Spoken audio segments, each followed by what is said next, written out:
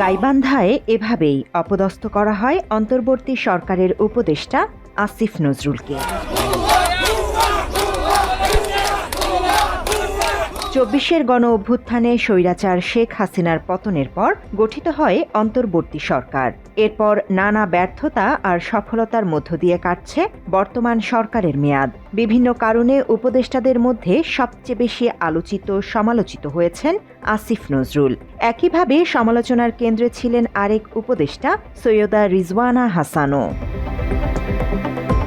বর্তমানে আইন, প্রবাসী কল্যাণ ও বৈদেশিক কর্মসংস্থান এবং যুব ও ক্রীড়া মন্ত্রণালয়ের উপদেষ্টার দায়িত্ব পালন করছেন আসিফ নজরুল। ওই ৩ মন্ত্রণালয়ে নানা কর্মকাণ্ডের কারণে দায়িত্ব নেয়ার পর থেকেই সমালোচিত হচ্ছেন এই উপদেষ্টা। জুলাইয়ের রক্তের ওপর দাঁড়িয়ে গঠিত হয় অন্তর্বর্তী সরকার। ফলে সাধারণ মানুষের প্রত্যাশা ছিল জুলাই আন্দোলনে যারা নির্বিচারে ছাত্র জনতাকে হত্যা করেছে তাদের দৃষ্টান্তমূলক শাস্তির। তবে উল্টো জুলাই হত্যা মামলার আসামিদের দ্রুত জামিন দেয়ায় আইন উপদেষ্টাকে দায়ী করে ক্ষোভ ঝাড়ে ভুক্তভোগীরা। আসিফ নজরুলের পদত্যাগ কেন নয়, ঘুষ খায়, ঘুষ খাওয়া না খাইলে হয় কেন এইটা কোনো অ্যাকশন নেয় না? ও তো রাজপথে ছিল একদিন, ও তো আমাদের মতো এরকম রাস্তায় ছিল, ওর কি কথা মনে নাই? আসামিরা এখন ছাইরা দেয়, আসামিদের জামিন দেয় কেন, কি কারণ? গণহত্যাকারীদের দ্রুত জামিন হলেও গ্রেপ্তার করা হয় জুলাই যোদ্ধাদের। কয়েকদিন আগে কথিত চাঁদাবাজির মামলায় গ্রেফতার করা হয় জুলাই কন্যা হিসেবে খ্যাত তাহরিমা জান্নাত সুরভিকে। এছাড়া বৈষম্য বিরোধী ছাত্র আন্দোলনের হবিগঞ্জ জেলা শাখার সাধারণ সম্পাদক মাহাদি হাসানকেও আটক করে আদালতে হাজির করা হয়। আলাদা এই 2 ঘটনার জন্য আসিফ নজরুলের ব্যর্থতাকেই দায়ী করেছেন সাধারণ মানুষ। আসিফ নজরুল স্যারের দায় আছে, কারণ যেহেতু 5 আগস্টের পরবর্তী সময় আমরা ইন্টেরিয়ামে ওনাদের বসাইছি, আমাদের ভাইদের রক্ত এবং আমাদের ত্যাগের বিনিময়ে ওনারা এই চেয়ারগুলিতে বসছেন। আমরা মনে করি অবশ্যই তার দায় আছে, কেননা আজকে যদি আমরা এই মবগুলো সৃষ্টি না করে আমরা যদি এই থানা এবং যে জ্বালাও করা যে কর্মসূচি ছিল, আমাদের লং মার্চ যে কর্মসূচি ছিল, এগুলো না দিলে এই স্বৈরাচারের পতন হতো না। জুলাইয়ের অন্যতম শীর্ষ নেতা, ভারতীয় আগ্রাসন বিরোধী এবং ইনকিলাব মঞ্চের মুখপাত্র শহীদ শরীফ ওসমান বিন হাদির হত্যাকারী ফয়সাল মাসুদকে গ্রেফতার করতে না পারায় আসিফ নজরুলের ওপর ক্ষুব্ধ সাধারণ মানুষ। 5 আগস্টের পরবর্তী সময় আমরা ইন্টেরিয়ামে ওনাদের বসাইছি, আমাদের ভাইদের রক্ত এবং আমাদের ত্যাগের বিনিময়ে ওনারা এই চেয়ারগুলিতে বসছেন। আসিফ নজরুল কখনোই দায় এড়াতে পারে না। আজ ওনার আমলে অস্ত্রসহ ধরা পড়া আসামি কিভাবে এখন চলন্ত ঘুরে বেড়ায় এবং আবার প্রকাশ্যে খুন করে, তার উচিত ছিল এবং রাষ্ট্রের উচিত ছিল যে তার ব্যাপারে নজরদারি রাখা, যে অস্ত্রসহ খুনি এখনো ঘুরে বেড়ায় এবং দ্বিতীয় আবার খুন করে। একইভাবে স্বজনপ্রীতির কারণে তার শাশুড়ি অভিনেত্রী মেহের আফরোজ শাওনের বিরুদ্ধে কোনো আইনি পদক্ষেপ নেননি আসিফ, এমন সমালোচনা করছেন অনেকেই। ফলে সামাজিক যোগাযোগ মাধ্যমে ফ্যাসিস্ট হাসিনার পক্ষে এবং দেশের চলমান নানা বিষয়ে উস্কানিমূলক লেখালেখির পরও ধরাছোঁয়ার বাইরে রয়ে গেছেন শাওন। ভুয়া মুক্তিযোদ্ধার সার্টিফিকেট দিয়ে আইন মন্ত্রণালয়ের অধীনে এখনও চাকুরিরত আছেন অনেক কর্মকর্তা। আওয়ামী আমলে চাকুরিতে ঢোকা এসব কর্মকর্তাদের বিরুদ্ধেও স্বচ্ছ পদক্ষেপ নিতে ব্যর্থ আইন উপদেষ্টা। আসিফ নজরুল সাহেব, আপনি আইনমন্ত্রীর দায়িত্ব নিয়েছেন, আপনার দায়িত্ব শেষ করবার, এবং আপনি তা করেন নাই। একজন মুক্তিযোদ্ধা হিসেবে আমার কাছে লজ্জা লাগে যে মুক্তিযোদ্ধা হিসেবে এরা চাকরি করে গেল। যারা মুক্তিযোদ্ধা না, যাদের 71-এ বয়স ছিল 3, 4, 5, 6, তারা এখনো, আপনি যখন আইনমন্ত্রী, আপনি এখনো তাদেরকে বহাল রেখেছেন। এসব অভিযোগের পাশাপাশি বিডিআর হত্যাকাণ্ড, শাপলা গণহত্যা সহ আওয়ামী আমলের ন্যাক্কারজনক নানা ঘটনার বিচারহীনতার কারণে বিভিন্ন সময়ে আসিফ নজরুলের পদত্যাগের দাবি তুলেছেন সাধারণ মানুষ।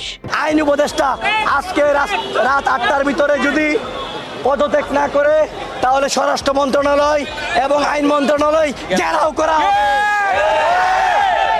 আসিফ নজরুল, খোদাবাক চৌধুরী, তাদের কি ঐতিহাসিক ডকুমেন্ট, নেগেটিভ রিপোর্ট আমরা আছে, ওইগুলো নিয়ে বলছি না, কিন্তু 1 বছরে ক্ষমতায় অধিষ্ঠিত হওয়ার পরে তারা যে ধরনের কার্যক্রম করেছে সেই হিসাবে তো দিতে পারতেছে না। একটা দৃশ্যমান বিচার করছে। সরকারের উপদেষ্টারা ভোগ বিলাসিতা আর লুটপাটে ব্যস্ত হয়ে গেছে। তারা বিচারের নামে কি দিয়েছে? 1 বছরে কয়টা আসামি ধরেছে? কোনো আসামি ধরতেছে না, একটা মামলার আনুষ্ঠানিক বিচারের জন্য চার্জশিট দিচ্ছে না। আইন উপদেষ্টা উদর পিন্ডি বর্দরগারে চাপাচ্ছে, উনি বিচারপতিদের নিয়োগ দিচ্ছে, উনি নীরব ভূমিকা পালন করতেছে কেন? আইনের সুষ্ঠু প্রয়োগের ঘাটতির অভিযোগে রাজপথ থেকেও উপদেষ্টার পদত্যাগ দাবি করেছেন আন্দোলনকারীরা।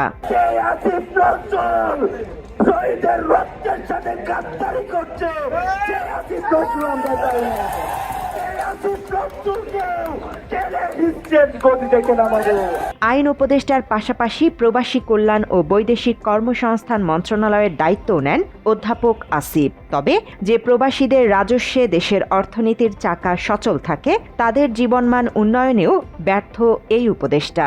আজকে বলতেছে যে প্রবাসীর জন্য আমরা এটা করতেছি ওইটা করতেছি, কিন্তু আসলে কি ওইটা হইতেছে না, কোনোটাই হইতেছে না। আমরা একটু ফ্যাসিলিটি পাই নাই, প্রবাসী মন্ত্রণালয় বলেন আর যাই বলেন, এখন পর্যন্ত আমি কোনো হয়নি, যেখানে যাই ভোগান্তি। সেই সাথে দায়িত্ব নেয়ার পর দেশের বাইরে নতুন শ্রম বাজার তৈরি করতে না পারার জন্য দায়ী করা হয় আসিফ নজরুলকে। এমনকি অনেক প্রবাসী প্রতারণার শিকার হয়ে কোনো প্রতিকার পাননি।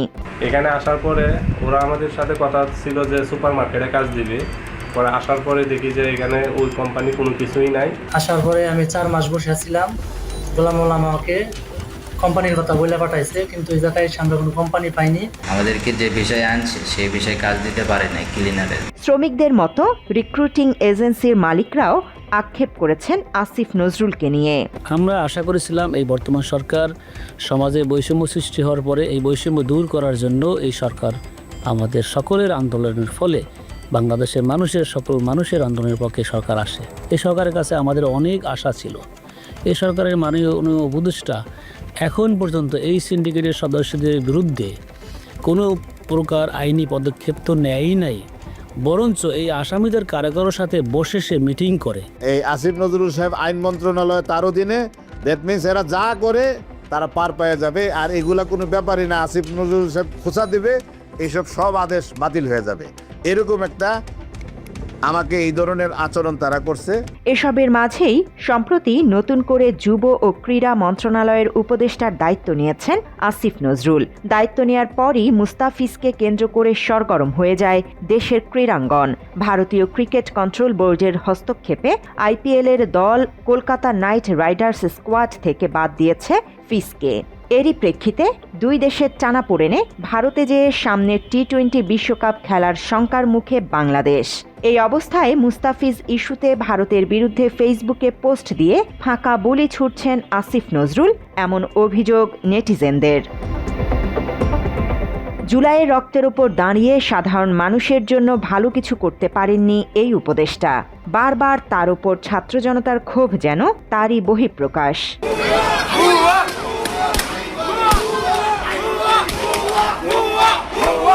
হায় আল্লাহ, আমার খালি মনে হয় আমি যদি কোনোদিন কোনো মন্ত্রণালয় বা কোনো দেশ পরিচালনার দায়িত্ব পেতাম, আমি জানি না আমি চেঞ্জ হবো নাকি ভবিষ্যতে, বা তুমি যদি পেতাম, জীবন দিয়ে কাজ করতাম খালি মানুষের হৃদয় জয় করার জন্য। মানুষের হৃদয় জয় করা মানে আল্লাহর হৃদয় জয় করা। বিশ্বাস করতে পারি না যে জিয়াউর রহমান এবং খালেদা জিয়ার সন্তানের বন্ধু হয় মামুনের মতো, এটা মানে অর্ধশিক্ষিত দুর্বৃত্ত টাইপের ছেলে। অন্যদিকে অন্তর্বর্তী সরকারের আরেক উপদেষ্টা সৈয়দা রিজওয়ানা হাসানও তার কর্মকাণ্ডের কারণে সমালোচিত হয়েছেন নানা সময়ে।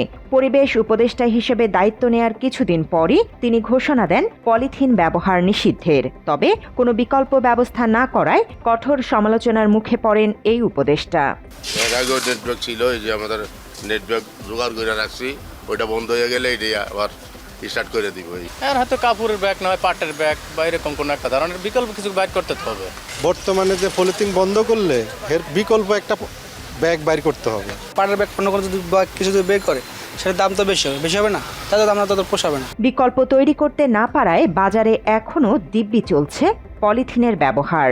বন্ধ হোক, এটা আমরা চাই। এটা তো অনেকবার আগে বন্ধ হয়েছে বা বন্ধ হইব, এরকম মেইন গোদাগত্তায় যদি বন্ধ করে দেয় তাহলে আমরা কিনবো কোথা থেকে? সরকারের পরিবর্তে কি ব্যবস্থা করছে সেটা তো আমরা জানতেছি না এখনো। এটার মানে বিপরীতে কি মার্কেটে ছাড়বে তারা, ওটা এখন আমরা পাইনি। একইভাবে সেন্ট মার্টিন দ্বীপকে আগের প্রাকৃতিক অবস্থায় ফিরিয়ে আনার ঘোষণা দেন পরিবেশ উপদেষ্টা। পর্যটনের নামে দীর্ঘদিন ধরে চলা অনিয়ন্ত্রিত বাণিজ্যিক কার্যক্রমই দ্বীপটির পরিবেশ ধ্বংসের প্রধান কারণ বলে উল্লেখ করেন তিনি। সেন্ট মার্টিনে আপনি ওই ট্যুরিজমের জন্য যাবেন না। সেন্ট মার্টিনে যান বারবিকিউ পার্টি করতে। সেন্ট মার্টিন বারবিকিউ পার্টির জায়গা না। সেন্ট মার্টিন জোরে গান শুনে থাকার জায়গা না। পর্যটন কেন্দ্র দেশের আয়ের অন্যতম একটি উৎস। তবে রিজওয়ানার এসব উদ্যোগের কারণে সেন্ট মার্টিনকে মূলত পর্যটক বিমুখ করে তোলে। ফলে পরিবেশ রক্ষা যেমন হয়নি, তেমনি অর্থনৈতিক ক্ষতির মুখেও পড়েছে দেশ। এসব নিয়ে পরিবেশ উপদেষ্টাকে প্রশ্ন করা হলে উল্টো সাংবাদিকের প্রশ্ন ভুল ধরে উত্তর এড়িয়ে যান তিনি। আমি মনে করি কি আপনি ভাষাটা ঠিকভাবে বলেন। একইভাবে নানা সময়ে অযথা হর্ন বাজানো নিষেধ করা সহ পরিবেশ রক্ষায় বিভিন্ন সবক দিতে দেখা যায় রিজওয়ানাকে। তবে ঢাকার পাশাপাশি এখনো কমানো যায়নি শব্দ ও পরিবেশ দূষণ। তবে এসবের মাঝেই ঢাকায় খাল সংস্কার পরিদর্শনে যেয়ে লাল গালিচায় হেঁটে ব্যাপক আলোচনা সমালোচনার জন্ম দেন এই উপদেষ্টা। অন্তর্বর্তী সরকারের দায়িত্বের মেয়াদ শেষ দিকে আসলেও আসিফ নজরুল কিংবা রিজওয়ানা হাসানদের ব্যর্থতার পাল্লাই ভারী। জুলাই যোদ্ধাদের রক্তের ওপর দাঁড়িয়ে দায়িত্ব নেয়া এসব উপদেষ্টার হিসেব বুঝে নেয়ার অপেক্ষায় নতুন বাংলাদেশের মানুষ। News desk, Bangla addition.